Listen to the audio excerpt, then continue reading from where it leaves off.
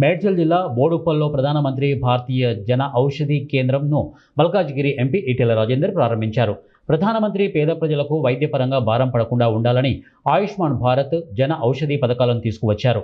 దేశవ్యాప్తంగా 18,000 జన ఔషధి కేంద్రాలు ఏర్పాటు చేశారు.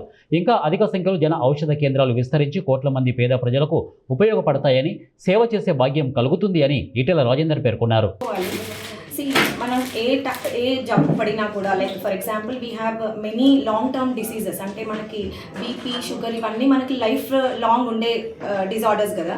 సో వీటికి మనం ఎప్పుడూ కూడా మెడిసిన్స్ పైనే ఆధారపడాలి. కానీ మార్కెట్లో చూస్తే బ్రాండెడ్ మెడిసిన్స్ ఉంటాయి, అవి చాలా ఖరీదైనవి ఉంటాయి.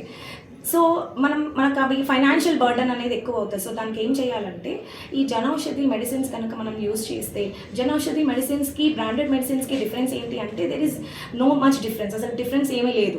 ఓన్లీ డిఫరెన్స్ ఏంటి అంటే యాక్టివ్ ఇంగ్రీడియంట్, అంటే ద మాలిక్యూల్ ఏదైతే ఉంటుందో, దేనివల్ల అయితే మన జబ్బు తగ్గుతుందో అది మాత్రం సేమ్ ఉంటుంది. జెనరిక్ మెడిసిన్స్లో సేమ్ ఉంటుంది, అండ్ దెన్ బ్రాండెడ్ మెడిసిన్స్లో కూడా సేమ్ ఉంటుంది.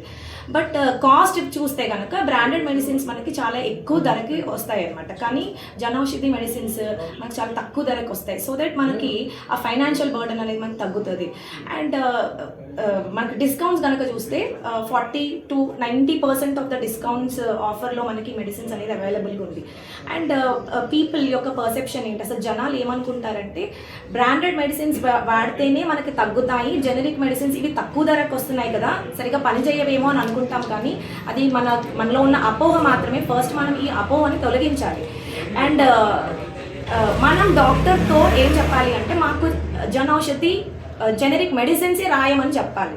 ఎందుకంటే ఒకప్పుడు కష్టపడే వాళ్ళకు ఏం రోగం రాదు అనేటువంటి భరోసా ఉండే. కానీ వాళ్ళ కష్టపడే వాళ్ళకు, కష్టపడే వాళ్ళకు, ఉన్న వాళ్ళకు, లేని వాళ్ళకు అందరికీ రకరకాల రోగాలు వస్తున్నాయి. అన్నిటికంటే ముఖ్యంగా క్యాన్సర్ లాంటి, కిడ్నీ ఫెయిల్యూర్ లాంటి, హార్ట్ అటాక్ లాంటి సమస్యలు మరింత ఎక్కువ వస్తున్నాయి. ఈ వైద్యపరంగా ఎక్స్పెక్టెడ్ ఎక్స్పెండిచర్ ఉండదు, అన్ఎక్స్పెక్టెడ్గా వచ్చి మీద పడుతూ ఉంటాయి.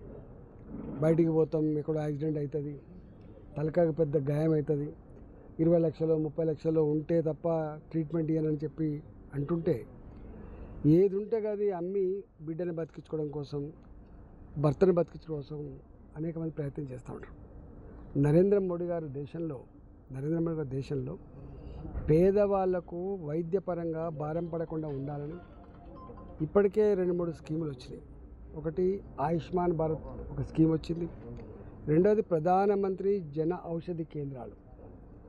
ఈ ప్రధానమంత్రి జన ఔషధి కేంద్రాలలో జెనరిక్ మెడిసిన్స్ ఏవైతే అమ్ముతున్నారో దాంతో 20% నుంచి 90% తక్కువ ధరలకు పేదవాళ్లకు మందులు అందుబాటులో ఉంటాయి.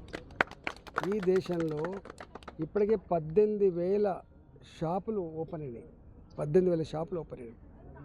ఇక్కడ చాలామంది దీనికి విరుద్ధమైన ప్రచారం కూడా చేస్తున్నారు.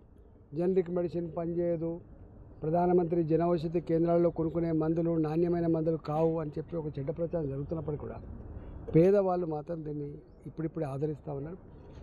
100కు 100% ఇవాళ జెనరిక్ మెడిసిన్స్, ప్రధానమంత్రి జన ఔషధి కేంద్రాలు దొరికే మందులన్నీ కూడా సరసమైన ధరకు నాణ్యమైన మందులు మాత్రమే అమ్ముతూ ఉన్నారు. కాబట్టి ప్రజలు వేల రూపాయలు ఎక్కడో తగిలేయకుండా జన ఔషధి కేంద్రాల్లో మందులు కొనుక్కొని ఈ షాపులని మీ షాపులుగా భావించి బతికించుకోవాలని చెప్పి కోరుతా ఉన్నాం.